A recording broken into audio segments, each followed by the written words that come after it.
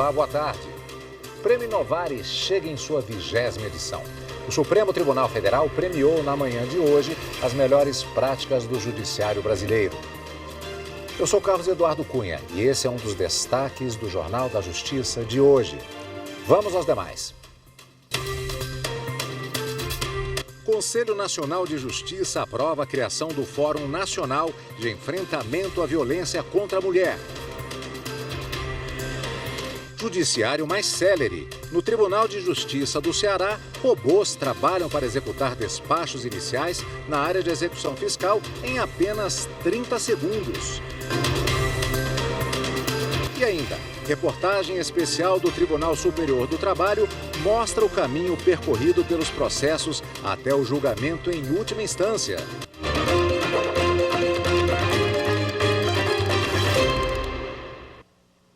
Hoje de manhã, no Supremo Tribunal Federal, foram anunciados os vencedores da 20ª edição do Prêmio Inovari.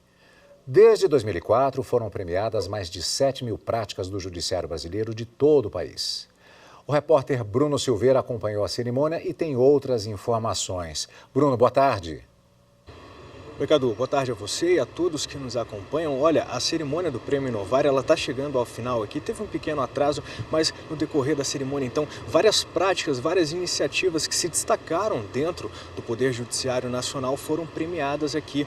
Esse ano, o Prêmio Inovari teve destaques que destacaram aí a defesa da democracia e também do Estado de Direito. Essas práticas receberam, então, o Prêmio Márcio Tomás Bastos, entregue aqui no Prêmio Inovari. Então, esse evento reuniu diversas autoridades, ministros do Supremo Tribunal Federal, dos outros tribunais superiores, representantes da magistratura, de outras entidades também do governo, Ministério Público e assim por diante. Então, esse prêmio, como você falou, desde 2004, ele visa premiar, destacar então essas boas iniciativas dentro do Poder Judiciário brasileiro, que, como falaram os participantes aqui, é um dos mais complexos, um dos que mais trabalha no mundo. Então, essas boas práticas, elas ajudam então a dar mais celeridade, a destacar o trabalho e também a ajudar a parte social, a parte da população. Por isso também a escolha desse tema. Antes do Prêmio Inovari começar, nós conversamos com algumas autoridades, a gente vai ouvir o que elas vão falar agora.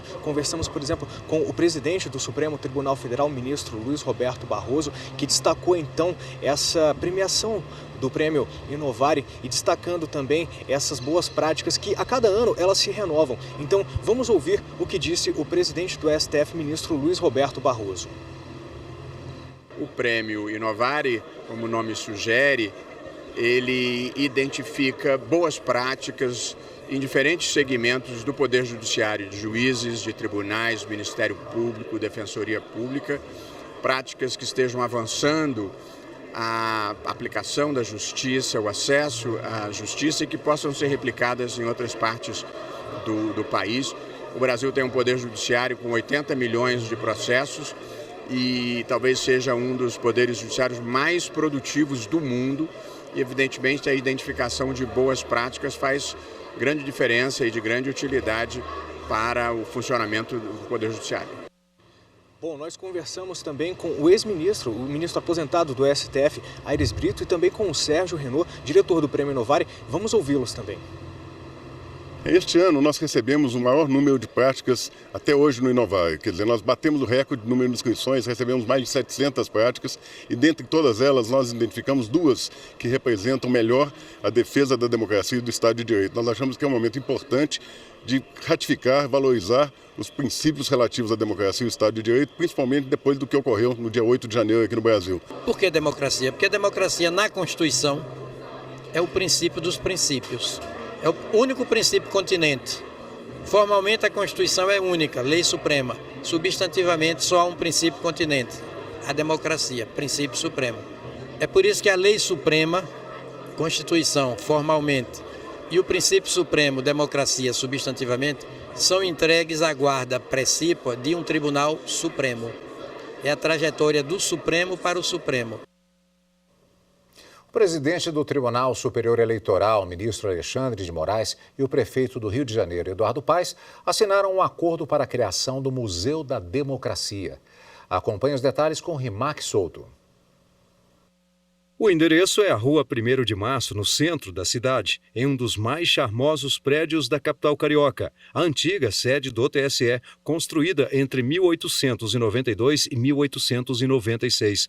A região vai passar por um processo de revitalização, que inclui o atual Centro Cultural da Justiça Eleitoral. Esse museu da democracia, ele certamente é o espaço em que a gente pode iluminar, né, algo tão escuro na história brasileira e mostrar, né, o quão importante é a democracia e o quanto a gente só evolui com ela. Então, acho que a gente cumpre aqui um papel para a cidade, um papel para a República, para a democracia brasileira. Portanto, é com muita empolgação que a gente assina isso. Te agradeço aí pela iniciativa.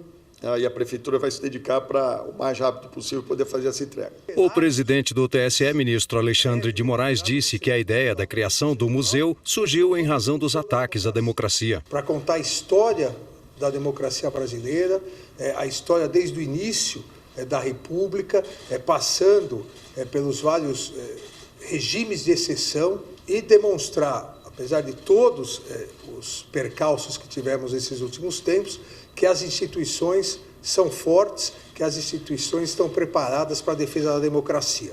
E o importante é deixar isso para a história, deixar isso para as novas gerações, deixar isso para que todos os estudantes, todas as pessoas possam verificar que o Brasil tem uma democracia forte, como construiu essa democracia forte e como vai cada vez mais fortalecer. E no próximo bloco, os caminhos percorridos pelos processos até o julgamento em última instância na Justiça do Trabalho. É daqui a pouco. Eu volto já.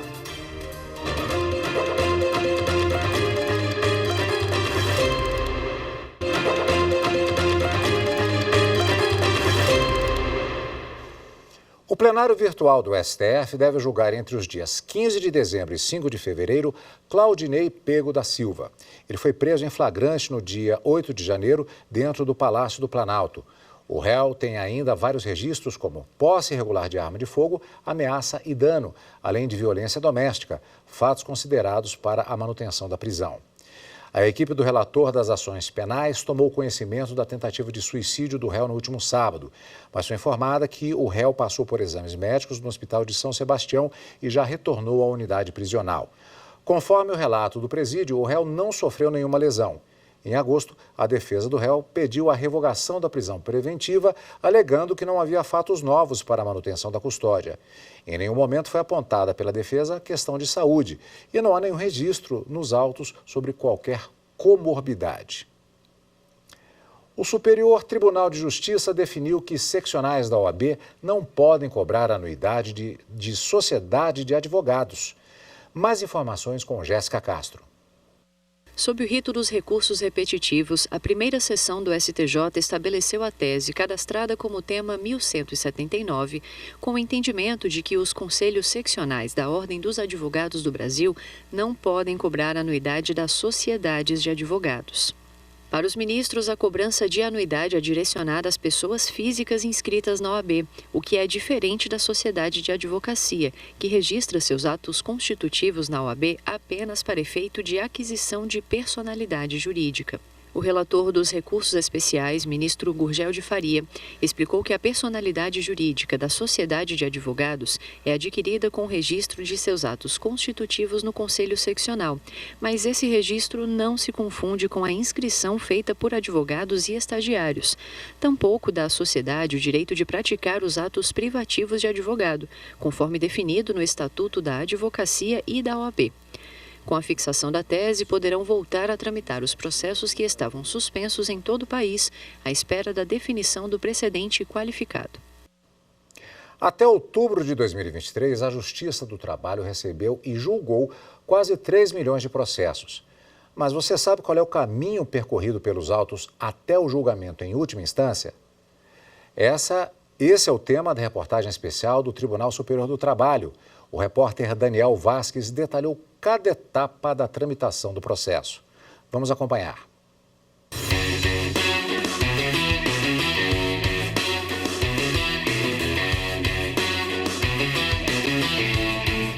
O funcionamento da Justiça do Trabalho se assemelha a uma pista de revezamento no atletismo.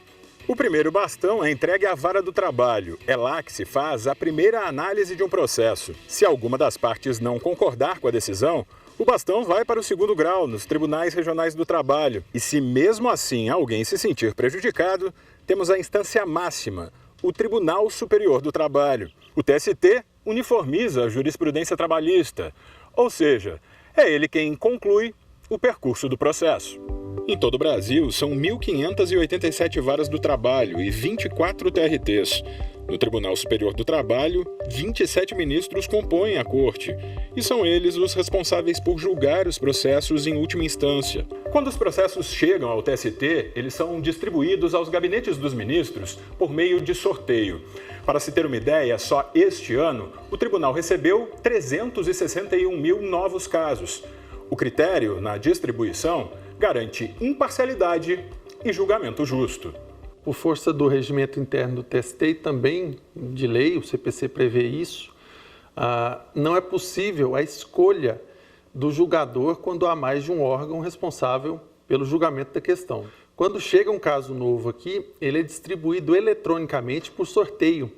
Isso garante uma isonomia entre as partes, justamente por conta de não ser possível essa escolha do órgão que vai fazer o julgamento daquela questão ou do ministro relator também. Para a análise dos processos, no entanto, é preciso respeitar as prioridades previstas em lei.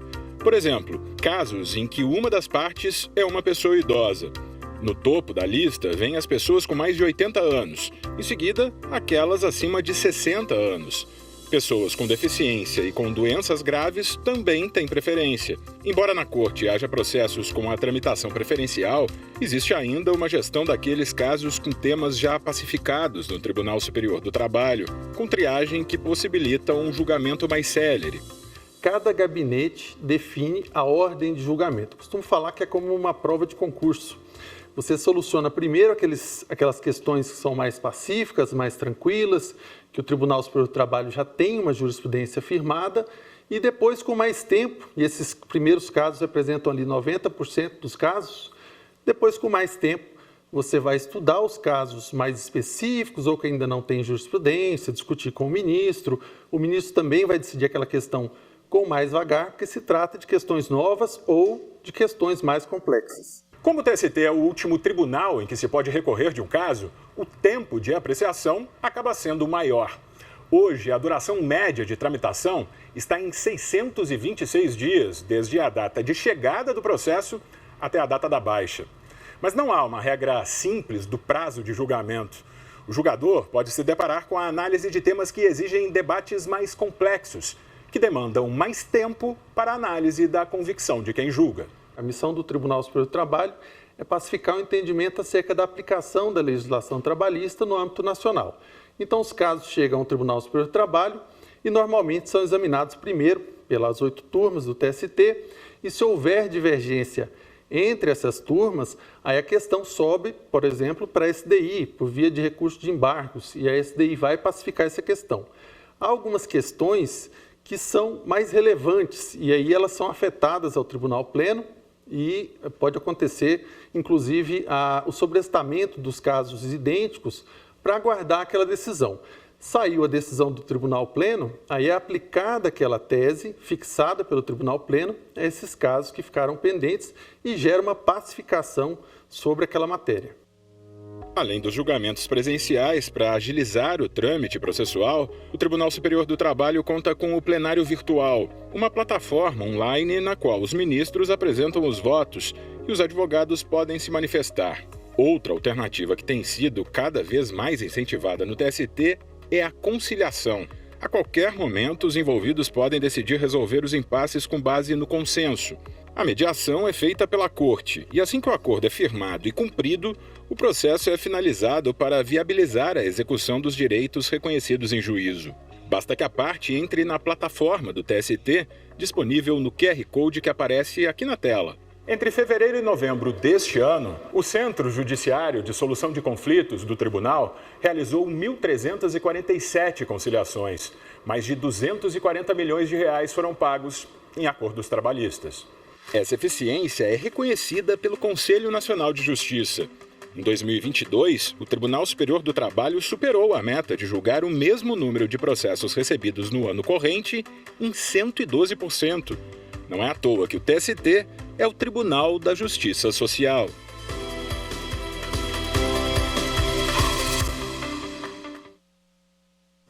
A seguir, no Tribunal de Justiça do Ceará, despachos iniciais na área de execução fiscal são executados por robôs e traz mais celeridade aos trabalhos. As informações em instantes.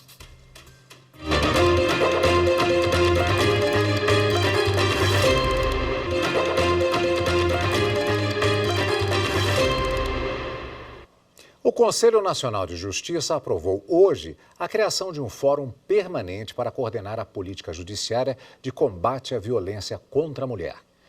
O repórter Renato Rosa tem as informações. O Fórum Nacional de Enfrentamento à Violência contra a Mulher foi proposto pelo conselheiro Márcio Freitas como uma forma de dar mais institucionalidade à política judiciária de combate à violência de gênero. Ele será permanente e irá combater não apenas a violência doméstica, mas também outras formas de opressão à mulher, no trabalho, na política e outras áreas. O fórum terá a participação de juízes e juízas que atuam na área, além de representantes do Ministério Público, da OAB, da Defensoria Pública da União e de instituições da sociedade civil. O conselheiro Márcio Freitas disse que a violência contra a mulher é persistente e exige uma forma de combate que extrapola a repressão e a prevenção. Nessa modalidade de crime, nós tratamos, além da repressão e da prevenção, também com o aspecto da proteção. E isso implica a necessidade de mudança de algumas formas de tratamento dessas vítimas, que estão num estado de hipervulnerabilidade e que precisam ser acolhidas numa estrutura adequada e de uma forma, de certa forma, diversa daquela com que tradicionalmente nós nos habituamos a pensar o direito penal. O presidente do Conselho Nacional de Justiça, ministro Luiz Roberto Barroso, ressaltou a importância de criar mecanismos para enfrentar a violência contra a mulher. Nós todos sabemos que a violência contra a mulher, somada à violência doméstica, constituem duas verdadeiras epidemias no Brasil que nós precisamos enfrentar bravamente, não apenas com repressão, como também com esclarecimento para derrotar uma cultura agressiva, machista, que muitas vezes oprime as mulheres. Outro tema complexo analisado pelo CNJ foi o funcionamento das comissões de heteroidentificação para avaliar candidatos que disputam concursos públicos no Poder Judiciário pelas cotas raciais. O objetivo é garantir que apenas as pessoas que possuem direito à reserva de vagas realmente ingressem na magistratura, evitando irregularidades. Pela norma aprovada, a avaliação dos candidatos que se autodeclararem negros, ou seja, pretos ou pardos, será feita combinando critérios de autoidentificação, feita pelo próprio candidato, e de heteroidentificação, feita por uma comissão que terá 5 integrantes titulares e 5 suplentes. A maioria dos integrantes deverá ser de negros, respeitando também a diversidade de gênero. A avaliação será feita em 2 etapas. A primeira com coleta de fotos e outros documentos, e a segunda em reunião presencial ou telepresencial, que deverá contar com a participação do candidato. Se estabelece que o candidato que não comparecer a esta chamada, ele sim será excluído do concurso, ao contrário daquele que comparece e é rejeitado, ele passa a concorrer na ampla concorrência. Essa é uma questão efetivamente complexa e delicada, em que o modelo de autodeclaração dá margem à fraude, mas a percepção que cada um tem de si mesmo também tem uma subjetividade muito grande. Não é fácil essa matéria e acho que está sendo encaminhada de uma forma muito feliz por Vossa Excelência. Olha só, já pensou realizar uma atividade judicial em 30 segundos? Eu vou repetir, 30 segundos. Agora, isso é possível graças aos avanços tecnológicos que trouxeram robôs para dentro do Tribunal de Justiça do Ceará para fazer despachos iniciais na área de execução fiscal. Os detalhes na reportagem de Bruno Silveira. O recurso, em forma de aplicativo para computador, é um ótimo reforço aos trabalhos jurídicos por si só, mas o grande diferencial é que o processo é realizado em 30 segundos. Desde que foram instalados em maio, os 6 robôs do Núcleo de Justiça 4.0 do TJCE, que atuam com execução fiscal, já movimentaram mais de 18.500 processos na plataforma PJE, entre expedientes e atos judiciais minutados. E os benefícios dos robôs estão à disposição de mais de 10 comarcas no estado. O judiciário cearense conta ainda com outro avanço: o Sistema Eletrônico de Execução Unificado, com outros 4 robôs responsáveis por incidentes próximos do vencimento e por realizar intimações. E para detalhar o assunto, conversamos agora ao vivo de forma remota com o juiz e cogestor do Programa de Robotização da Justiça cearense, Renato Esmeraldo Paz. A quem, antes de mais nada, eu dou boa tarde e as boas-vindas aqui ao Jornal da Justiça. Doutor, boa tarde mais uma vez. Boa tarde, Cadu. Prazer conversar com vocês aqui sobre a inovação trazida pelo Tribunal de Justiça do Ceará. Doutor, eu gostaria de começar perguntando a respeito de aliás, fazendo uma observação. É muito curioso que a gente fala em robô, então é um imaginário coletivo, imaginando talvez um robozinho com uma cara simpática e assim umas mãos eletrônicas pegando um processo, olhando, escaneando e já fazendo o serviço rapidamente. Sabemos que na verdade não é bem assim. São 6 robôs, um sistema que está montado e que faz esse trabalho de inicialização em 30 segundos. Isso foi importante particularmente na área de execução fiscal. A demanda é mais alta especificamente nesse setor? Exatamente. As execuções fiscais, como todos sabemos, divulgado em Justiça em Números do CNJ de 2023, representa algo em torno de 27,3 milhões de processos, né, do Judiciário Nacional. No estado do Ceará, os executivos fiscais representam cerca de 12% do nosso acervo. Então, em razão dessa elevada demanda e da necessidade de se apresentar soluções que venham a trazer uma celeridade maior a esses processos, o Tribunal de Justiça do Ceará investiu, né, na criação desses robôs que realizam atividades de gabinete e de secretaria, visando exatamente essa celeridade, um trato mais rápido nos executivos fiscais. Doutor, a gente vive um período agora que ele é muito parecido com o período da Revolução Industrial, quando, por exemplo, nas indústrias têxteis, na criação daquelas máquinas específicas que faziam o desenvolvimento da indústria especificamente nessa área e também se estendendo a outras, o medo do desemprego, chegar a quebrar, inclusive, máquinas têxteis naquele período. E esse é um receio que muitas vezes é falado quando se fala exatamente por essa substituição tecnológica. Existe a possibilidade de diminuição de servidores? Como é que já está se visualizando essa questão específica? Cadu, você fez um link bem interessante, né, da Revolução Industrial, e a questão da robotização e automações, né, está envolvido diretamente com o programa Justiça 4.0, né, do CNJ.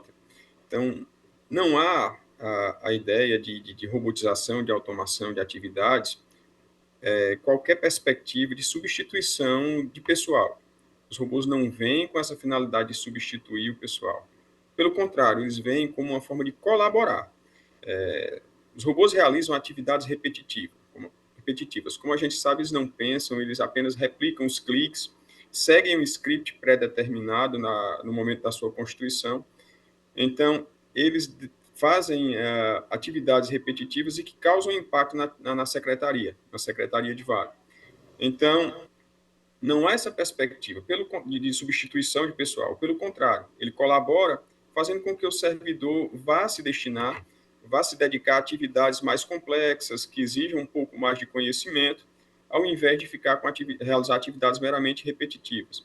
E isso colabora não apenas no aumento da produtividade das equipes do tribunal, das secretarias de vara, mas também na qualidade de vida do servidor, que vai deixar de estar realizando aquelas atividades repetitivas, que são bem volumosas, né, evitando, por exemplo, adquirir uma LE, né, problemas de cansaço visual, problemas, como posso citar também, de cansaço mental, de estar fazendo repetidamente uma mesma tarefa, né? Então, sem dúvida, o robô não vem para substituir a força de trabalho dos servidores, vem para isso colaborar e assegurar a eles também uma maior qualidade de vida. Vem para ser uma ferramenta, né, doutor? É interessante visualizar isso. Agora, um dos desafios justamente desse processo há uma fase de transição exatamente pela adequação do uso da ferramenta. Esse talvez seja um dos principais desafios também exatamente nessa fase. Sem dúvidas, sem dúvidas.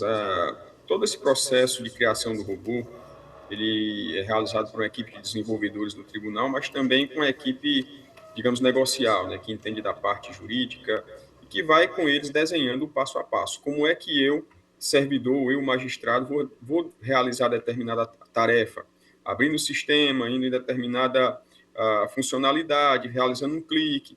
E assim a gente vai desenhando o passo a passo, os desenvolvedores vão alocando isso na aplicação e aí criam um robô. Obviamente que a gente passa, no primeiro momento, por uma fase de teste, né, na experiência dos executivos fiscais no Núcleo de Justiça 4.0, de execuções fiscais. A gente passa por uma fase de testes, aprova, né, realiza toda a atividade com segurança, e aí a gente vai para uma segunda fase, que é de expansão para outras unidades que trabalham com a mesma competência. Doutor, e inclusive aproveitando apenas rapidamente para finalizar, e estamos acompanhando justamente que recentemente o Sistema Eletrônico de Execução Unificado do Tribunal, ele finalizou um novo robô que foca na realização de minutas simples de vistas ao Ministério Público, o que será tema para outra conversa que teremos justamente acompanhando esse processo que não para. Parabéns aí pelo trabalho, doutor, muito obrigado pela participação mais uma vez. Eu que agradeço, estamos à disposição sempre. E a gente fica por aqui hoje. Obrigado pela sua companhia, uma ótima tarde e até amanhã. Tchau!